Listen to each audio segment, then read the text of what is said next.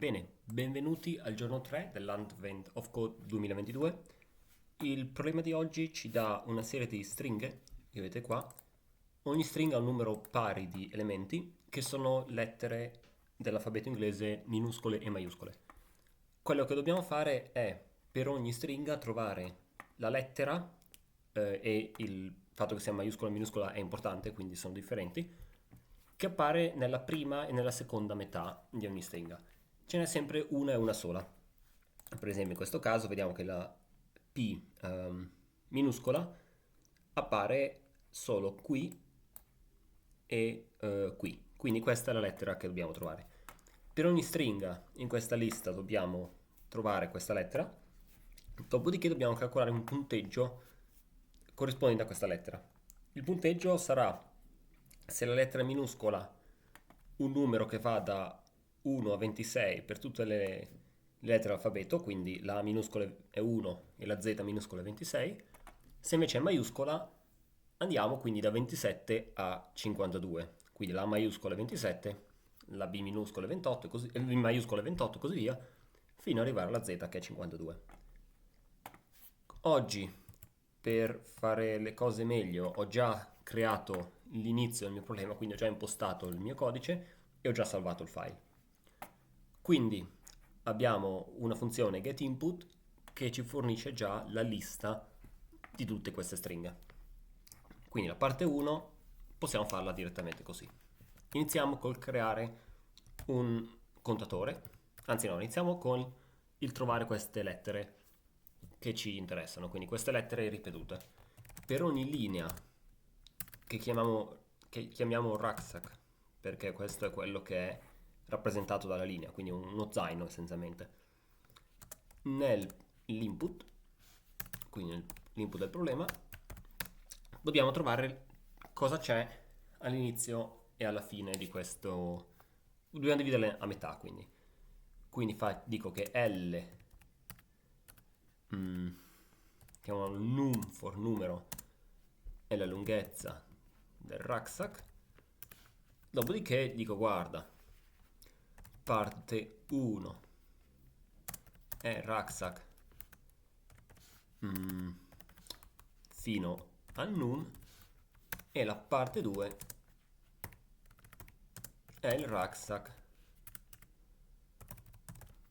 da num in poi. Non sono arci sicuro degli indici, questo non me lo ricordo mai, quindi cosa faccio? Apro la mia console Python e dico guarda, rucksack è uguale a ABCD e F, già che ci sono. Num è la lunghezza del rucksack, che in questo caso sarà 6, e parte 1 sarà uguale a questa cosa qui, quindi part 1 che cacchio. Ovviamente devo dividere per 2, anzi lo faccio direttamente qui, quindi numero è questa cosa diviso 2, qui si arriva a num e poi da num in poi si fa quest'altra cosa, quindi num, riproviamo, num è la lunghezza, quindi 3, parte 1 sarà che cosa? Ovviamente vogliamo la divisione che ci dà un numero intero, quindi rifacciamo. Num ora è l'intero 3 e part 1 sarà, vediamo cosa contiene, ABC, perfetto, mentre la parte 2 è da num in poi e contiene DF, perfetto. A questo punto voglio trovare la lettera in comune. Sfruttando il fatto che una stringa in Python può essere vista come una lista di caratteri, posso direttamente fare un set con le lettere della parte 1, fare un set con le lettere della parte 2 e usare l'AI commerciale. L'AI commerciale per i set è semplicemente un modo breve di eseguire l'operazione intersection. Scusate. Intersection ci dà gli elementi in comune tra questi due set, quindi prende le due stringhe, i due pezzi di stringa, crea un set e trova l'intersezione. Questo set sarà composto da un solo elemento, quindi lo chiamo common, e a questo punto la lettera che ho trovato, quindi la lettera in comune, sarà che cosa? Sarà l'unico elemento di common, quindi dico assert len di common è 1, voglio essere sicuro che non ci siano schifezze, e common è il set con quella lettera. Già che ci sono, posso evitare di creare una variabile per part 1 e part 2, ma le trovo direttamente. Ok, e così ho trovato la lettera in comune. Common è un set di stringhe. Posso trovare la lettera in comune dicendo che è una lista che deriva da common, perché non posso prendere un elemento solo dal set, devo trasformarlo in una lista, e poi prendere l'elemento 0. Un'altra cosa che potevo fare è iterare sul set. Andiamo forse next. Possiamo provarlo nella shell direttamente, quindi next di set che contiene la lettera A. No, devo fare una cosa più complicata, quindi lo tengo così, faccio che me frega, faccio così, faccio una lista, quindi dal set di un elemento a una lista di un solo elemento prendo il numero 0, quindi l'unica lettera che c'è dentro. Ho fatto un'asserzione, quindi so già che ce n'è una sola, quindi sono sicuro. E questa è la prima parte, ho trovato la lettera. Adesso devo calcolare il punteggio. Quindi mi creo una variabile int che contiene il valore di ritorno, che sarà 0 inizialmente. Qui calcolerò il punteggio in qualche modo e poi ritorno ret. Questa è la solita solfa, il solito modo di calcolare una somma. Ora devo calcolare il punteggio assegnato a una lettera. Quindi mi creo una funzione che chiamerò item value, che da una lettera L mi dà un intero che è il suo valore. Quindi il problema ci dice che ci copiamo direttamente la definizione, quindi diventa direttamente un commento che infilo qua. Dico ok, guarda, innanzitutto voglio sapere se questa lettera è minuscola o maiuscola, quindi dico if L is lower, mi sembra sia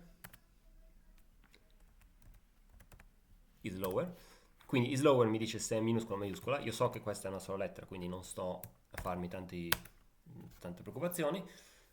Come faccio? Posso crearmi un dizionario oppure posso usare la funzione ord, che mi dice essenzialmente il numero del code point che rappresenta questo carattere. Quindi ogni carattere ha un numero associato, e per le lettere dell'alfabeto inglese questi numeri sono consecutivi. Quindi non mi ricordo quale sia quello della A minuscola, ma lo possiamo vedere.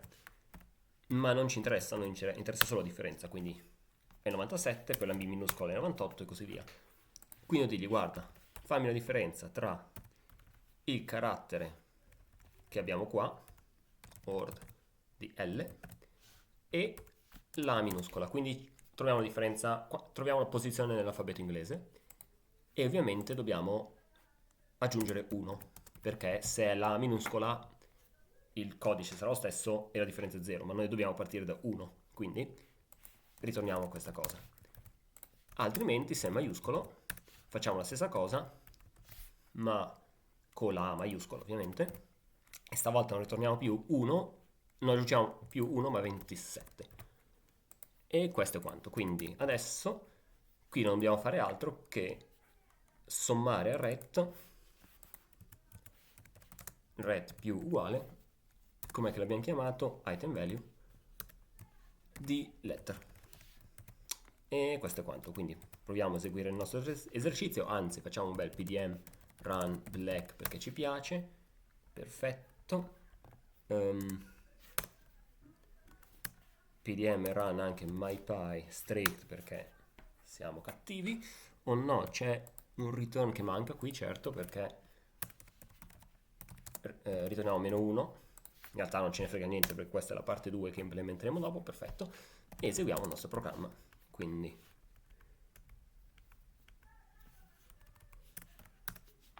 sentite urlare perché è la mia vicina. Quindi abbiamo 7997. Perfetto, questa dovrebbe essere la soluzione, se non ci sono errori, o magari ci sono. Ok, è corretto. Bene, passiamo subito alla parte 2. Bla bla bla. Quindi ogni gruppo di 3 elfi è l'unico numero caricato da 3 elfi. Quindi, ok, per essere veloci, vediamo direttamente il problema. Quindi vediamo le prime 3 linee sono queste qui. Quindi per il primo gruppo, l'unico elemento che appare in tutti e tre è la R minuscola. Quindi dobbiamo trovare un elemento che appare in 3 linee consecutive, quindi 3 zani consecutivi. Nel secondo gruppo l'elemento in comune è la Z maiuscola e così via.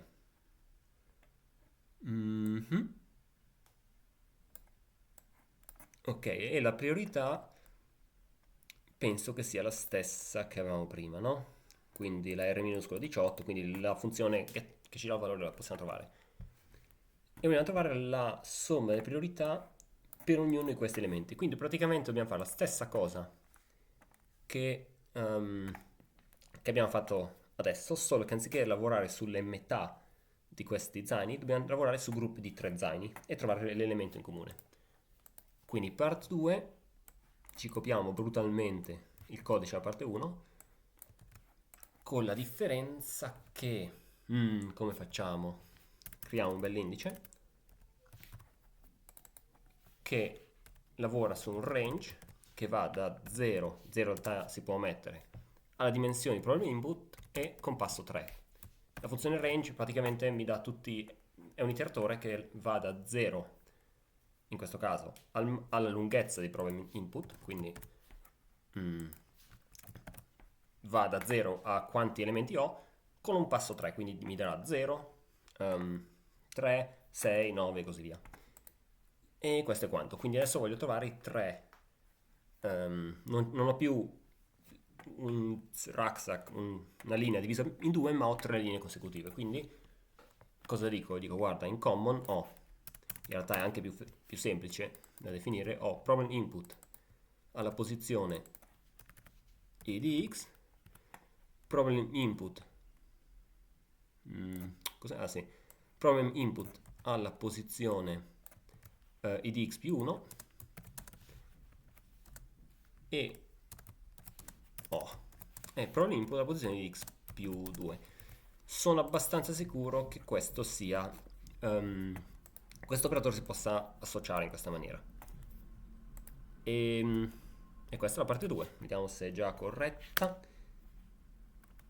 Eseguiamola. Quindi mi copio questo coso. È corretto. Bene, bene, bene. Era più facile previsto. Ciao a tutti e alla prossima giornata.